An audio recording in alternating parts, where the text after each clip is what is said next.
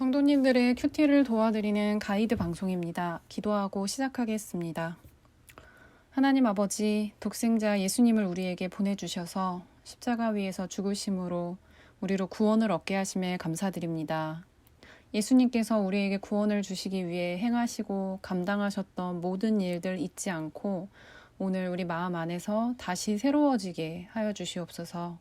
감사드리며 예수님의 이름으로 기도드립니다. 아멘. 오늘 말씀은 요한복음 19장 1절로 16절 십자가에 못 박혀야 할 사람입니다. 함께 읽어보겠습니다. 이에 빌라도가 예수를 데려다가 채찍질하더라. 군인들이 가시나무로 관을 엮어 그의 머리에 씌우고 자색옷을 입히고 앞에 가서 이르되 유대인의 왕이여 평안할지어다 하며 손으로 때리더라. 빌라도가 다시 밖에 나가 말하되 보라, 이 사람을 데리고 너희에게 나오나니 이는 내가 그에게서 아무 죄도 찾지 못한 것을 너희로 알게 하려 함이로다 하더라.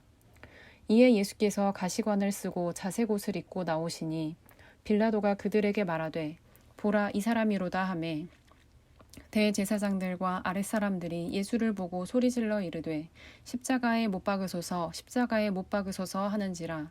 빌라도가 이르되 너희가 친히 데려다가 십자가에 못 박으라. 나는 그에게서 죄를 찾지 못하였노라. 유대인들이 대답하되 우리에게 법이 있으니 그 법대로 하면 그가 당연히 죽을 것은 그가 자기를 하나님의 아들이라 함이니이다. 빌라도가 이 말을 듣고 더욱 두려워하여 다시 관정에 들어가서 예수께 말하되 너는 어디로부터냐 하되 예수께서 대답하여 주지 아니하시는지라. 빌라도가 이르되 내게 말하지 아니하느냐. 내가 너를 놓을 권한도 있고 십자가에 못 박을 권한도 있는 줄 알지 못하느냐. 예수께서 대답하시되 위에서 주지 아니하셨더라면 나를 해할 권한이 없었으리니 그러므로 나를 내게 넘겨준 자의 죄는 더 크다 하시니라. 이러함으로 빌라도가 예수를 놓으려고 힘썼으나 유대인들이 소리를 질러 이르되 이 사람을 놓으면 가이사의 충신이 아니니이다. 무릇 자기를 왕이라 하는 자는 가이사를 반역하는 것이니이다. 빌라도가 이 말을 듣고 예수를 끌고 나가서 돌을 깐 뜰 히브리 말로 가바다에 있는 재판석에 앉아 있더라. 이 날은 유월절의 준비일이요 때는 제6시라. 빌라도가 유대인들에게 이르되 보라, 너희 왕이로다. 그들이 소리 지르되 없이 하소서, 없이 하소서. 그를 십자가에 못 박게 하소서. 빌라도가 이르되 내가 너희 왕을 십자가에 못 박으랴.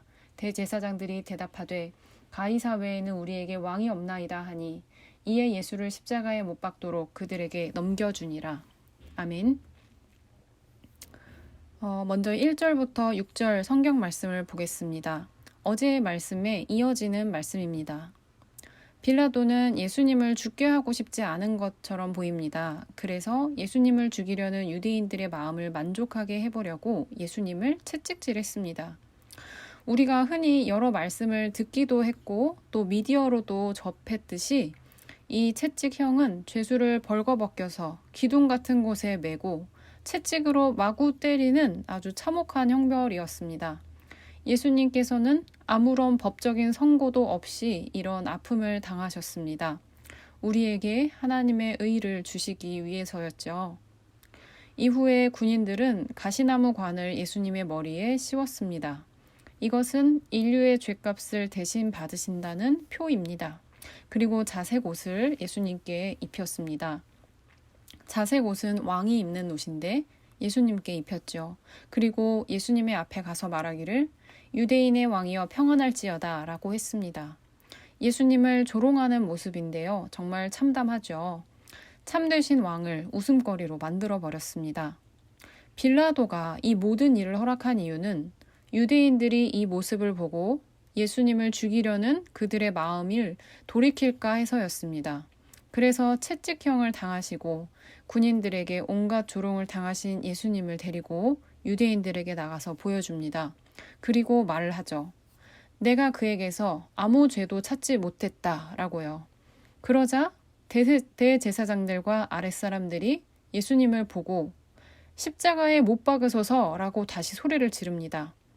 빌라도는 다시 한번 너희가 직접 데려가서 십자가에 못 박아라. 나는 그를 사형시킬 죄를 찾지 못했다고 말합니다. 여기까지의 말씀에서 우리가 주목하여 묵상하고자 하는 점은 하나님의 아들이시고 하나님 자신이신 예수님께서 이 모든 고난과 조롱을 참으셨다는 것입니다. 왜 참으셨을까요? 십자가에 못 박히심으로 우리에게 구원의 길을 열어주시기 위해서였죠. 예수님은 아무 죄도 흠도 없으신 분으로서 모든 것을 참아 결국 구원을 이루셨습니다. 그러나 우리는 많은 죄를 안고도 예수님을 위해 고난당하거나 조롱당하는 것을 참지 못할 때가 많습니다. 구원받았다고 하면서도 여전히 죄를 짓는 우리의 모습, 또 그걸 알면서도 그런 모습이 지적당할 때 우리의 태도는 어떤가요? 지금까지는 변명하기 위해서 또는 회피하기 위해서 우리의 옳음을 주장했을 수도 있습니다.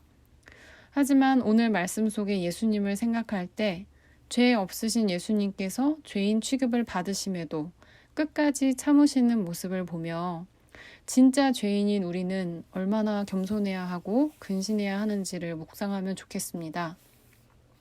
또한 우리의 실생활에서 예수님을 믿음으로 고난당하거나 조롱당할 때 어떤 당황스러운 상황에도 또 어떤 부끄러운 상황에도 예수님을 믿는 믿음 안에 거하시기를 기도합니다.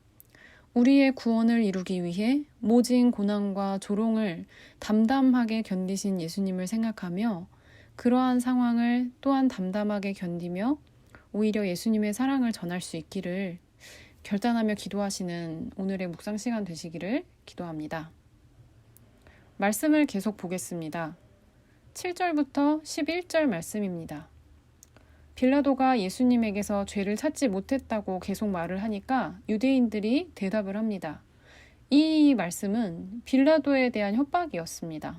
빌라도가 유대인 무리를 두려워해서 예수님의 무죄를 강하게 주장하지 못하자 유대인들은 우리의 법대로 하면 예수님은 당연히 사형에 해당한다라는 것을 지금 주장하고 있는 것입니다. 하지만 유대인들이 제시한 그 죄목이 빌라도를 더욱 두렵게 하죠. 유대인들에 의하면 예수님은 자기를 하나님의 아들이라 주장하는 사람입니다. 그런데 빌라도에게 그의 능력과 기사는 이미 유명하고 다른 복음서에도 보면 빌라도의 아내조차도 예수님을 비범한 사람으로 여기는 것을 알 수 있습니다. 빌라도는 그래서 계속 예수님을 놓아주고 싶지만 자기가 총독으로 관할하는 유대인들이 자기의 통치를 벗어나서 폭동을 일으킬 것을 두려워하고 있습니다. 당시의 유대인들의 항의는 거세였습니다. 빌라도는 다시 예수님께 가서 묻습니다. 너는 어디로부터냐? 이 질문은 자기 스스로를 하나님의 아들이라 주장하는 사람에게 그 내력을 질문한 것이지 예수님이 하나님으로부터 온 사람인지 물은 것은 아니었습니다. 예수님은 처음에는 대답하지 않으시다가 빌라도가 자기의 법적 권한으로 질문을 하자 11절과 같이 대답하십니다. 이것은 무슨 말씀이냐면요. 빌라도의 정권은 하나님께서 주신 것인데 빌라도에게 예수님을 넘겨준 대제사장들이 그것을 하나님의 아들 예수님을 죽이는 데 사용했으니 그들의 죄가 더 크다라고 하시는 것입니다. 이 말씀에서 빌라도를 주목하면 좋겠습니다. 세상의 권세 또한 하나님께서 주신 것입니다. 사람이 주님을 알고 믿는 것은 하나님의 주권에 있지만 믿는 사람의 권세나 믿지 않는 사람의 권세 모두 하나님께서 주신 것이라는 말입니다. 빌라도는 예수님을 놓아줄 수도 있었지만 계속해서 하나님과 사람 사이에서 나약한 마음으로 갈등하고 있습니다. 그 결과 결국은 사람을 두려워하여 예수님을 죽는 데에 내어주고 맙니다. 오늘 예수님을 믿는 우리는 죄로 인해 깨어진 하나님의 관계가 회복된 사람들이고 그래서 창세기 1장 28절에 문화 명령을 다시 회복한 자들입니다. 여전히 우리에게 죄성은 남아있지만 말씀과 기도로 하나님과 교제하며 이 세상을 다시 선하게 회복시킬 수 있도록 하나님께서 주신 권세를 선하게 사용할 수 있는 사람이 된 것입니다. 구원받아서 거듭난 모든 이들에게 그러한 권세가 이미 있다는 것을 믿으시기를 바랍니다. 그 주어진 권세, 오늘 말씀에 의하면 구원받는 이에게 주시는 법과 권한으로 여러분께서 교회를 또 가정을 어떻게 선하게 세워갈 수 있을지 생각해 보시는 것이 오늘의 말씀 묵상의 또 묵상 포인트가 되겠습니다. 우리의 생각이 아니라 하나님께서 여러분을 통해 가정과 교회를 어떻게 선하게 세워가시기를 원하시는가, 그것을 생각해 보는 것입니다. 하나님의 뜻, 그리고 하나님의 관점이 아니라 나의 뜻, 나의 관점이 옳다고 생각해서 가족과 지체들을 힘들게 하고 있지는 않았는지도 생각해 보시고, 만약에 주께서 죄를 깨닫게 해주실 때에는 망설임 없이 나아가 회개하시고 주께서 주시는 힘으로 선하게 바로 잡으시기를 기도하겠습니다. 이어서 12절로 16절 말씀 보겠습니다. 예수님의 대답을 들은 빌라도는 다시 예수님을 놓아주려고 힘을 씁니다. 그러나 유대인들이 또 빌라도를 협박하기를, 예수님을 놓아준다면 당신은 반역자를 놓아주는 것입니다. 그럼 당신도 반역자 아닙니까? 라고 해버립니다. 그런 말씀이죠. 빌라도는 그럼에도 예수는 너희의 왕이 아니냐? 내가 너희의 왕을 못 받기를 바라느냐? 라고 묻는데 유대인들은 계속해서 예수님을 십자가에 못 박으라고 소리를 지릅니다. 여기서 유대인들 또는 그들로 표현된 이 사람들은 유대인 군중들입니다. 어느 나라나 군중의 힘은 무서운 것 같습니다. 특히나 어떤 세력의 부추김에 들끓는 군중은 정말 무서운 것이죠. 빌라도가 마주한 것은 정말로 폭동이 일어날 것만 같은 무리의 모습이었습니다. 그런데 이 흥분한 유대인들을 선동한 대제사장들은 예수님을 못 받게 하기 위해 하나님을 향해 큰 반역을 하고 맙니다. 바로 가이사 외에는 우리에게 왕이 없나이다 라고 말한 것이죠. 하나님을 섬기기 위해 세우심을 받은 종교 지도자가 인간인 자기의 뜻을 이루고자 자기가 섬기는 하나님을 부정해버립니다. 자신들이 내세운 정죄에 스스로 빠진 모습입니다. 내 모습을 들여다보지 못하고 남을 판단하고 정죄하는 모습은 이렇게 추하고 비참한 것입니다. 그런데 그게 바로 우리 자신의 모습이죠. 우리는 하나님을 알므로 우리 자신을 바로 볼 수 있습니다. 하나님을 바로 아는 것은 예수님을 통해서 가능하고요. 성령의 내주하심으로 깨닫게 해주시는 바, 우리는 조명해 주시는 하나님의 모습에 비추어서 우리 자신을 제대로 알 수 있습니다. 누가복음 6장 42절을 보시면요. 형제의 눈 속에 티는 보고 자기 눈 속에 들보를 깨닫지 못하는 사람에게 예수님께서 이렇게 말씀하시죠. 먼저 네 눈 속에서 들보를 빼내라. 그 후에야 내가 밝히 보고 형제의 눈 속에 있는 작은 티를 빼리라 라고 하셨습니다. 유대인들의 참소와 이 대제사장들의 고발로 결국 십자가형에 넘겨지신 예수님을 생각할 때 우리의 모습에 그들과 같은 모습이 있다면 오늘 회개하기를 원합니다. 어떤 식으로든 또 어떤 이유로든 우리는 남을 판단하거나 정죄할 자격이 없습니다. 우리의 죄악이 그들의 죄악보다 작지 않기 때문이죠. 여러분께서 판단하시거나 정죄하던 어떤 사람이 있으시다면 떠올려 보시길 바랍니다. 그리고 오늘 말씀을 통해서 주신 마음으로 그 사람을 정죄하지 않고 그들조차도 할 수만 있다면 돌이켜 구원하게 하고 싶으셨을 예수님의 마음을 헤아려 보시는 하루가 되기를 간절히 바랍니다. 네, 이렇게 말씀을 같이 보고 또 어떻게 묵상할 수 있을지 나누어 보았는데요. 이 큐티인으로 제대로 묵상을 한다면 2시간도 훌쩍 갈 것 같습니다. 그만큼 본문도 길고 내용도 많은 것 같아요.